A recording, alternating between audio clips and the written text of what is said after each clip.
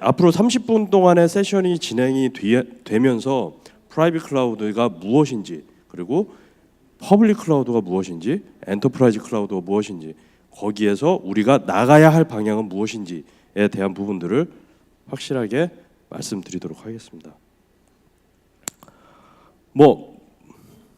매번 하는 이야기들이라고 생각을 합니다.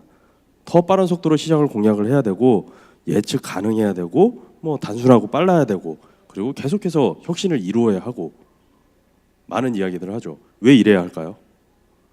왜 우리는 빠른 서비스를 해야 되고, 왜 우리는 효율성을 가져가야 하고, 왜 지속해서 혁신을 해야 할까요? 사실 답은 매우 간단합니다. 우리의 비즈니스 성장을 위해서죠. 우리의 비즈니스 성장을 위해서 좀 더 빠른 속도로 비즈니스로 공략을 해야 하고, 그 빠른 속도로 공략한 비즈니스에서 더 많은 것들을 얻어내기 위함이죠. 이게 우리의 목표인 겁니다. 서비스 변화, 서비스 변화라기보다는 이제 그 비즈니스의 행태에 따라서 우리의 서비스 형태가 막 따라서 변하고 하고 있어요. 이 부분들에 대해서 좀 언급을 하고 넘어가 보도록 하겠습니다. 어플리케이션들은 맨 앞에서 여기 모노리틱, 디스트리뷰티드, 마이크로 서비스 이런 형태로 되어 있고요. 이 아래쪽에는 인프라스트럭처의 형태가 어떻게 진행되는지에 대한 부분들이 나와져 있습니다. 사실 근데 이 장표에서 우리가 반드시 기억해야 되는 부분들은 디스트리뷰트, 마이크로 서비스, 분산과 마이크로 서비스 이 두 개에서 어떤 방식으로 우리가 넘어가서 이것들을 비즈니스에 맞도록 꾸미느냐에 대한 부분입니다. 굉장히 오랫동안 우리는 가상화에 대한 부분들을 고려를 해왔어요. 근데 우리가 가상화라는 부분들을 선입견이라고 표현을 해야 할까요? 선입견이라는 것들을 생각을 해보면 가상화를 하게 되면 물리적인 서버에서 운영하는 것보다 느리다라는 것들을 우리는 선입견을 알고 있어요. 그래서 어떤 비즈니스 크리티컬 어플리케이션이란 데이터베이스, 가령 데이터베이스 같은 것들이라든지 이런 것들은 가상화에 얹으면 좀 느려져, 가상화에 얹으면 장애가 많아져 라는 선입견을 가지고 있죠. 근데 우리가 계속 잊고 있는 게 있어요. 물리적인 서버보다 가상화가 더 빠르고 더 좋은 성능을 낸다는 건 불가능합니다. 버추얼 머신은 물리적인 서비스보다 언제나 느립니다. 그게 진리입니다. 잊고 있는 거죠, 우리가. 그러면 왜 가상화를 하게 되면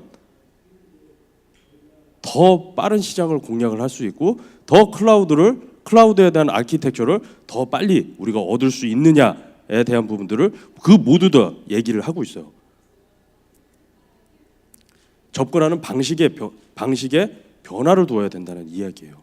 사실 우리가 클라우드라는 이야기들을 하면서 이 마이크로 서비스 아키텍처에 대한 부분들을 굉장히 오랜 시간 동안 언급하지 않았었습니다. 이 마이크로 서비스 아키텍처 부분들은 정립된 지 굉장히 비교적 짧은 시간 내에 정립이 되었어요.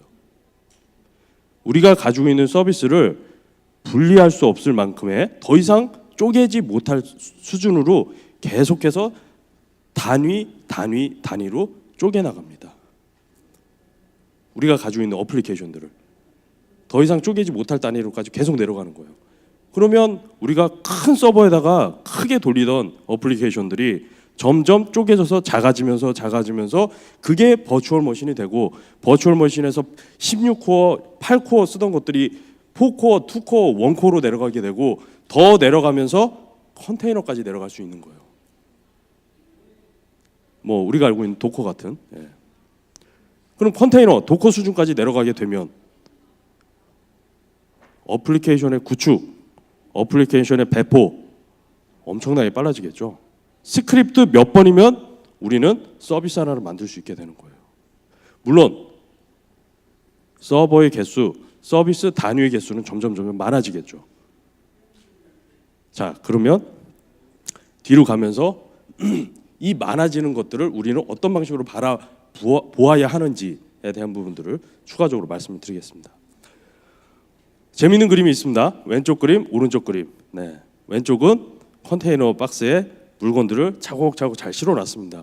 열심히 가고 있죠. 이 물건이 도착했을 때 더 이상 어떤 사람들은 더 이상 이 물건이 필요로 하지 않을 수도 있습니다.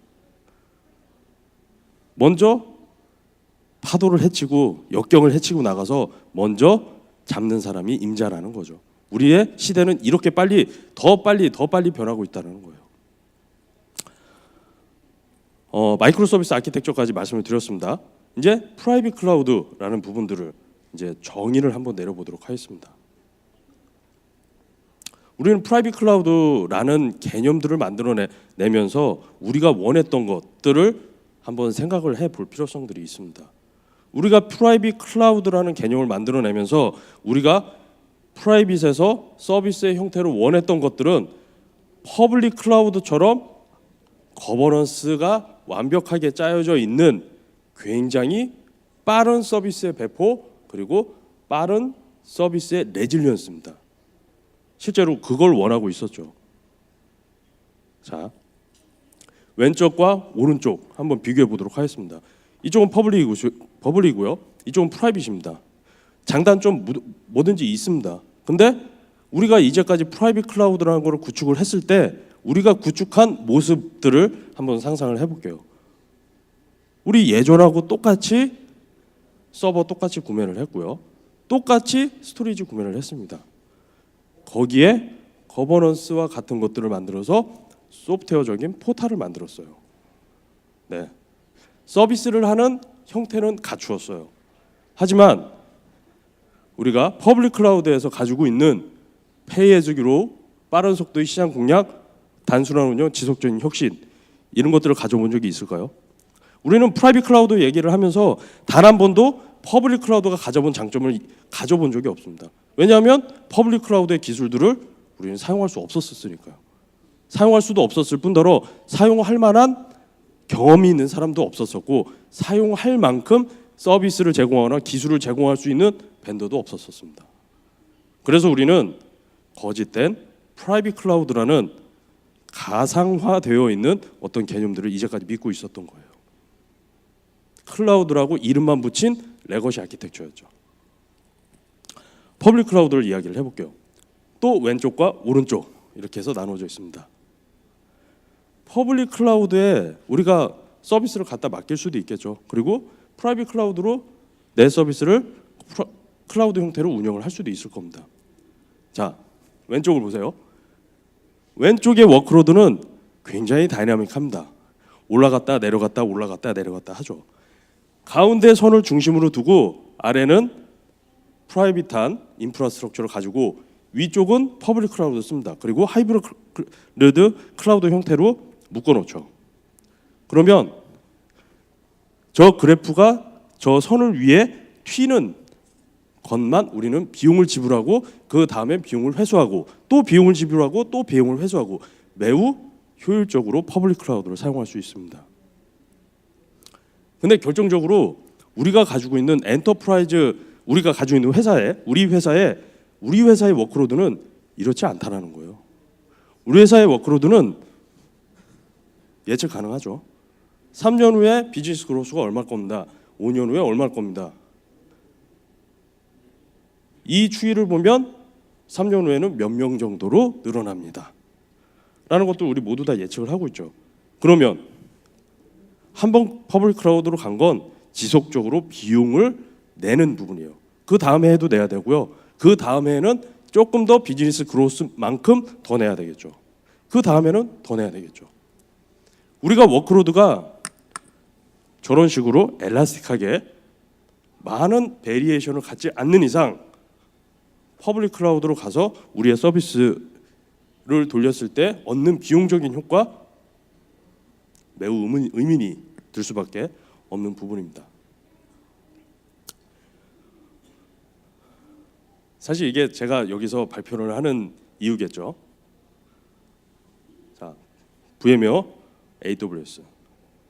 프라이빗 클라우드라는 개념을 대표를 하는 벤더입니다. VM웨어. 퍼블릭 클라우드를 대표로 하는 AWS입니다. 지금까지 이야기들을 잘 들어보시면 내가 퍼블릭 클라우드로 가면 나의 서비스와 나의 비용에 대한 이것들이 절감이 될 수 있을까? 네, 물론 되는 그 워크로드를 가지신 분들도 있으실 거예요. 그런데 대부분은 아닌 겁니다. 두 번째, 프라이빗 클라우드를 만들었는데 퍼블릭 클라우드처럼 다이내믹하고 빠른 공략이 가능할까? 레가시 아키텍처로 꾸밀 수밖에 없는데요. 이 두 가지는 양극단에 서서 서로 공유할 수가 없는 그런 선택지를 주고 있어요. 우리한테 선택지가 더 이상 없는 거였어요.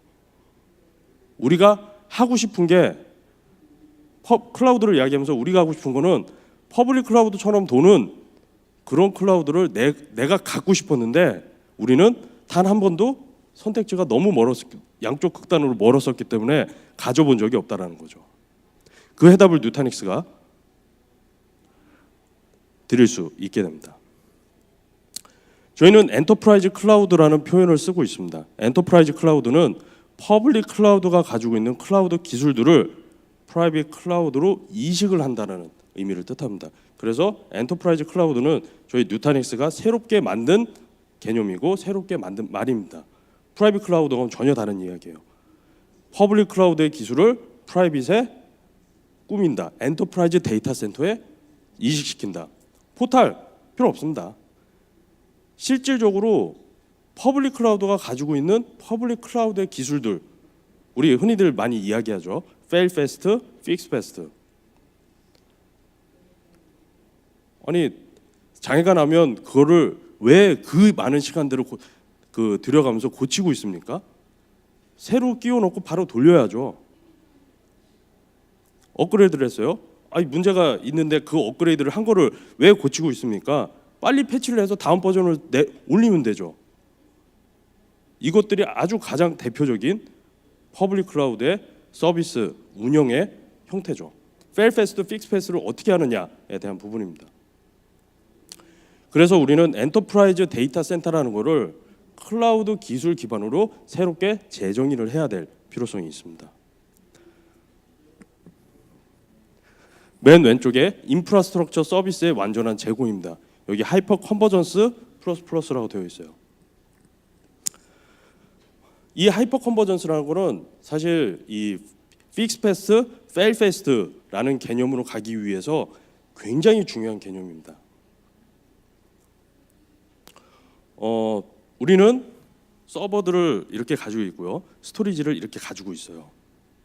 스토리지 한 대죠. 우리 서버들도 눈앞에 계속 보고 있습니다. 이들을 굉장히 정성스럽게 관리를 해야 되고 문제가 생기면 고쳐야 되고 뭐 이런 매우 정성을 쏟는 마치 애완동물을 기르는 듯한 형태로 시스템을 관리를 하고 있어요. 하이퍼 컨버진들을 만들면 일단 스토리지가 없어지죠. 서버와 스토리지가 합쳐진 개념입니다. 서버의 로컬 디스크를 스토리지처럼 사용합니다. 근데 어쨌든 공유 아키텍처로 사용을 해야 돼요. 당연히 하이퍼 컨버지드에 따라오는 개념은 분산과 병렬입니다. 하이퍼 컨버지드를 하게 되면 분산과 병렬을 통해서 더 이상 이 스토리지 안에 나의 어떤 데이터가 들어가 있습니다 라고 지칭을 할 수가 없게 되는 거예요. 어딘가에 흩뿌려져 있는 분산과 병렬 형태로 펼쳐지게 되는 거죠. 자, 그러면 우리는 애완동물처럼 관리를 하던 우리의 시스템들이 이제는 사육하는 어떤 농장에 있는 여러 마리 소들 중에 한 마리처럼 바라보게 되는 겁니다.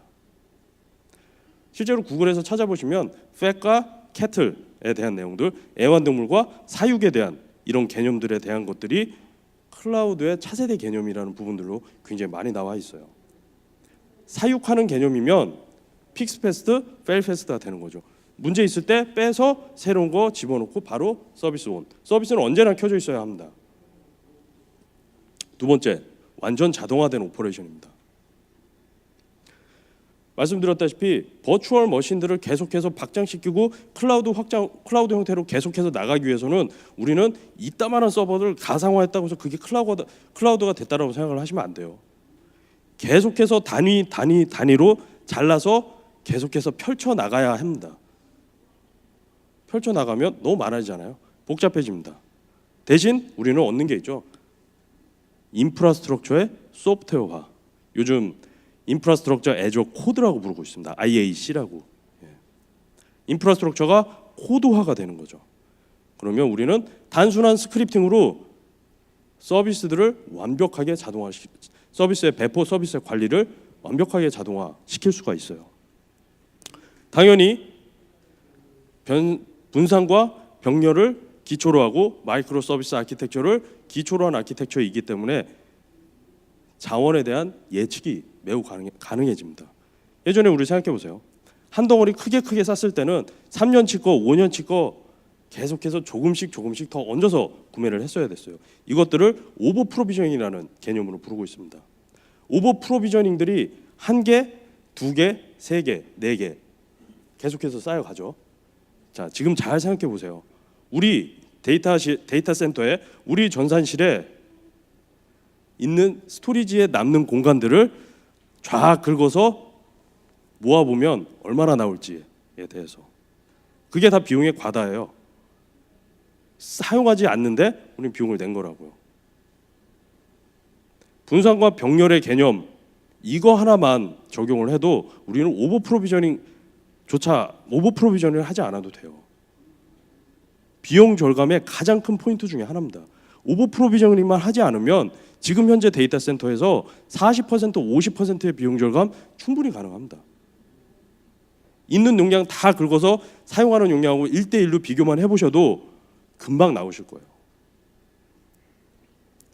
마찬가지로 보안의 결합. 사실 오늘 팔로알토의 세미나이기 때문에 이 보안에 대한 부분들이 사실 팔로알토에서는 굉장히 중요할 겁니다. 마찬가지로 저희도 클라우드 기술 기반의 아키텍처를 가지고 있기 때문에 오픈되어 있는 개방형 이런 그 에코시스템을 만드는 보안의 기반들, 베이스들은 굉장히 중요한 포인트들입니다.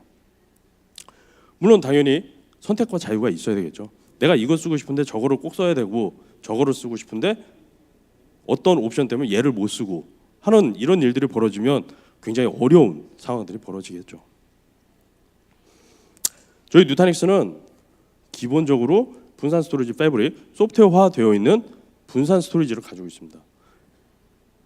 거기에 누타닉스 하이퍼바이저가 기본적으로 한 세트로 구성이 되어 있고요.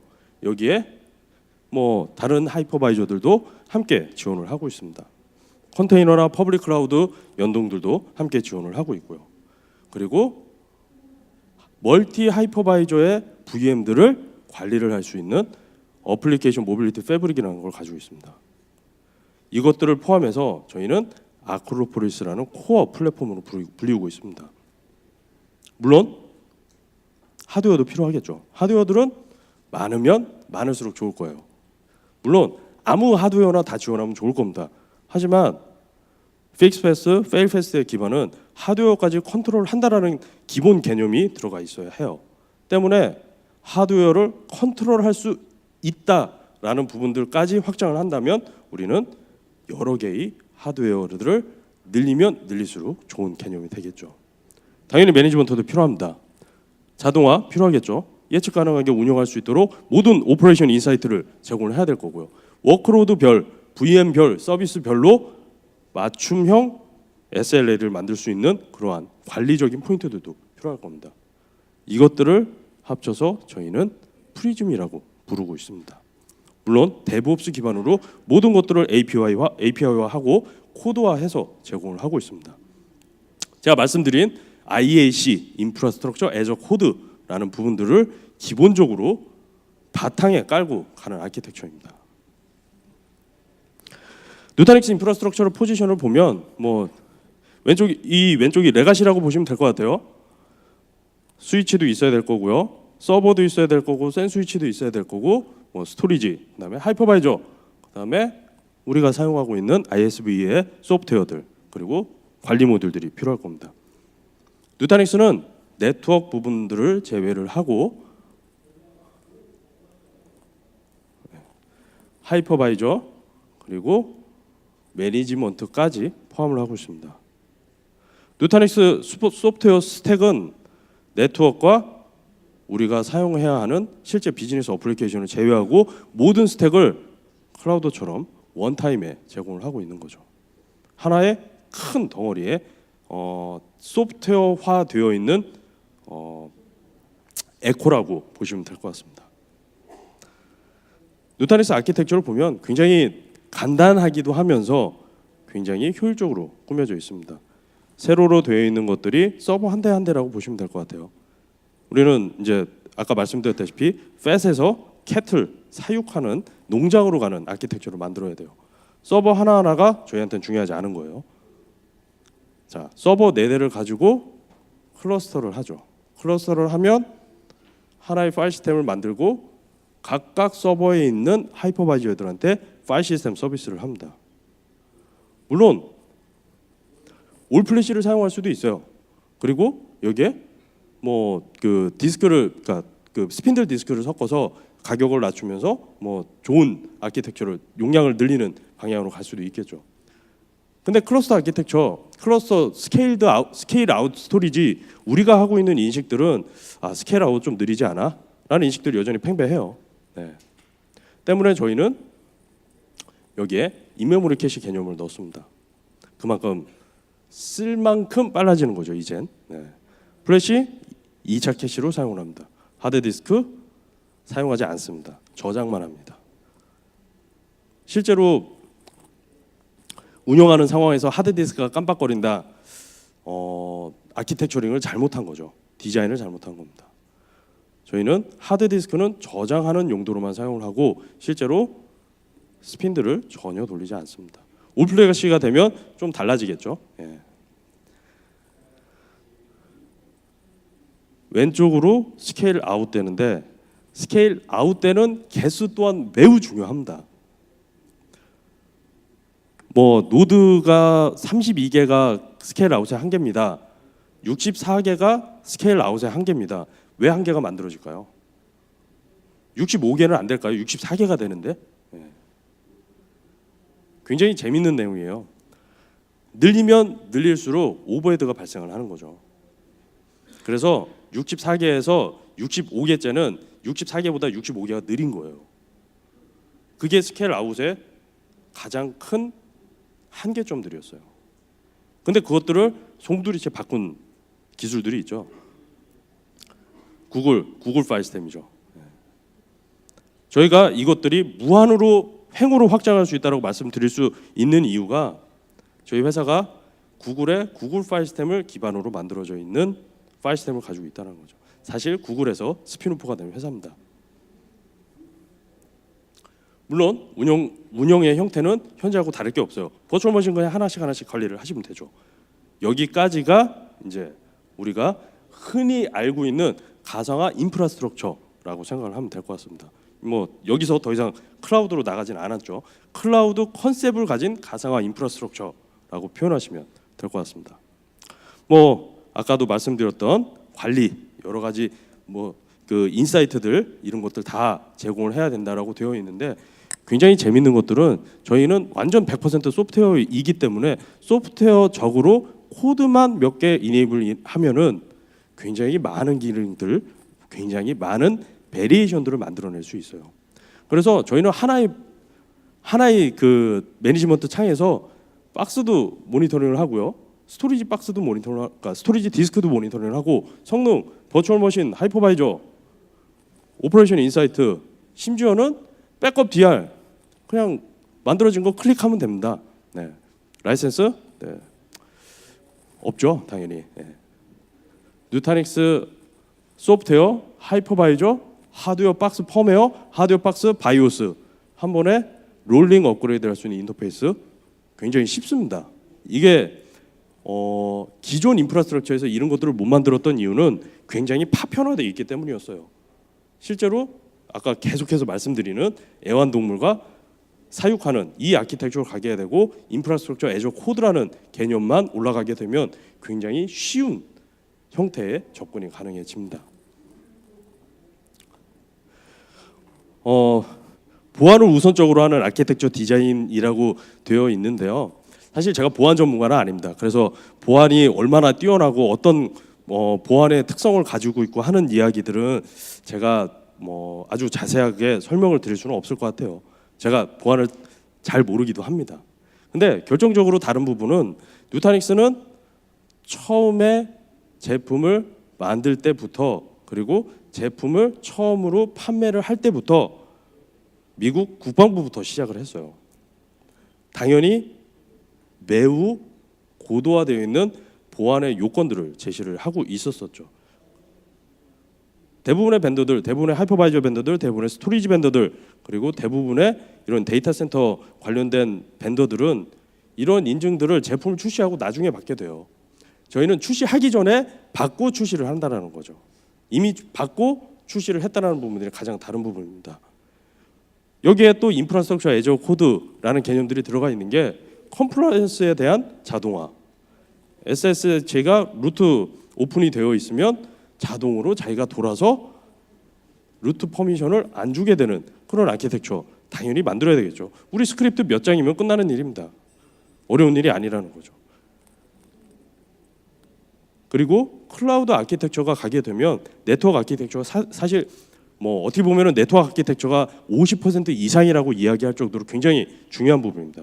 근데 저희는 네트워크에 완벽하게 집중을 하고 있지 않습니다. 저희는 하이퍼바이저, VM, 서비스 아키텍처, 스토리지 이쪽에 집중을 하고 있어요. 엔터프라이즈 데이터 센터 아키텍처에 집중을 하고 있습니다. 그럼 네트워크는 굉장히 촘촘하게 짜여져 있는 에코시스템에 의존을 합니다. 팔로알토도 마찬가지입니다. 팔로알토도 버추얼 어플라이언스 형태로 팔로알토의 모든 서비스들을 누타닉스에 적용을 할 수가 있어요. 심지어는 이미 테스트도 끝냈고 사실 지금 거의 구축 단계까지 되어 있는 사이트도 있습니다. 굉장히 안정적이고 그리고 스마트하게 운영이 되고 있습니다. 에코시스템들 여러 가지 있습니다. 이런 부분들은 사실 어떻게 보면 많은 부분들을 지원을 하고 있습니다라고 보여드리기 위해서 넣은 장표라고 보시면 될 것 같고 굳이 자세하게 설명드릴 만한 장표는 아닌 것 같습니다. 네, 여기까지는 하이퍼 컨버지드 좀 더 간단한 데이터, 좀 더 간단한, 좀 더 클라우드 같은 버추얼 가상화되어 있는 데이터 센터 이야기입니다. 우리 한번 더 뛰어 넘어가야 되겠죠. 하이퍼 컨버지드 아키텍처가 어떻게 엔터프라이즈 클라우드 패브릭으로 넘어가야 되는지에 대한 기준들을 좀 보겠습니다. 4가지 기준들이 있습니다. 워크로드, 워크로드 통합이라고 되어 있죠. 가상화, 물리, 컨테이너 이것들은 별도의 시스템에 막 날아다니는 것처럼 여기저기 뿌려지면 안 됩니다. 어떤 하나의 거버넌스로 통일성 있게 이 시스템들의 물리적이든 버추얼 머신이든 혹은 컨테이너든 어떠한 통일된 거버넌스 안에 이것들이 모두 다 들어가 있어야 돼요. 두 번째, 오퍼레이션 인비저빌리티. 우리 모두 다 스크립트화 되어 있고 인프라스트럭처 애도 코드로 돌고 있고 데브옵스화 되어 있습니다. 스크립트로 돌고 있는데 모니터링, 운영에 대한 부분들이 하나하나 보이지 않죠. 내가 만들어 놓은 내 로직대로 자동화돼서 돌고 있는 걸 우리는 모니터링 하면 되는 겁니다. 세 번째, 지속적인 최적화입니다. 그 스크립트, 그 자동화되어 있는 어떠한 룰들 이것들은 매일매일 업데이트 돼야 되고 매일매일 비즈니스 상황에 따라서 계속해서 변화를 해야 돼요. 일신의신 해야죠. 당연히 경제적인 비용들, 페이즈 이제 좀 개념이 바뀌었어요. 페이즈 그로우에서 페이즈 유즈입니다. 소프트웨어, 하드웨어, 박스들 하나씩 가져와서 하는 게 아닙니다. 100% 소프트웨어로 만들어져 있는 그냥 서버 박스만 가져오면 서버 스토리지, 클라우드 포탈, 클라우드 매니지먼트 다 돼야죠. 서버 박스만 있으면 되는 겁니다. 왜 스토리지가 필요하고 그런 거는 그렇지 않죠. 클라우드라는 개념은 그런 개념인 거죠. 소프트웨어로 올리면 모든 인프라스트럭처 스택이 모두 다 쌓여져야 합니다. 저희 누타닉스는 2012년부터 제품을 발표를 하기 시작을 했는데 2014년까지는 어떻게 보면 꽤 효율적인, 그러니까 클라우드 아키텍처를 가진 꽤 효율적인 버추얼 가상화된 데이터 센터 아키텍처였었습니다. 근데 2016년부터 2015년, 2016년부터 이제는 클라우드 아키텍처를 어떻게 가져올까에 대한 부분들을 많은 소프트웨어 스택들을 발표를 하기 시작했습니다. 사실 2012년부터 지금까지 축적되어 온 것들이 지금 나온다고 보시면 될 것 같습니다. 물론 경쟁 상대도 있습니다. 그들은 시작된 지 얼마 안 됐으니까요. 저희 누타닉스 목표는 매우 명확합니다. 저희 누타닉스의 코어 소프트웨어 스택과 클라우드에 대한 특징들을 합쳐서 로컬의 내 엔터프라이즈의 AWS와 같은 프라이빗 엔터프라이즈 클라우드를 만들겠다가 저희의 명확한 목표입니다. 뭐 그 결과 전 세계 넘버 원이라고 되어 있는 전 세계의 모든 비즈니스 분야의 넘버 원이라고 되어 있는 고객들은 모두 다 누타닉스를 사용을 하고 있습니다. 계속해서 발전 중이겠죠. 누타닉스는 사실 어떻게 보면 이제 시작인 거예요. 이제까지 계속해서 그러니까 클라우드 기술들을 엔터프라이즈에 이식을 계속 해왔던 거고 이제는 좀 알려졌고 이제는 펼쳐볼만 한 세상이 되었습니다.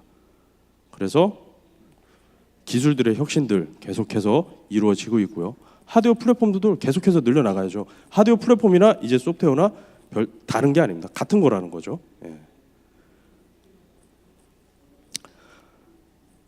여기까지 저희 발표를 마치도록 하겠습니다. 감사합니다.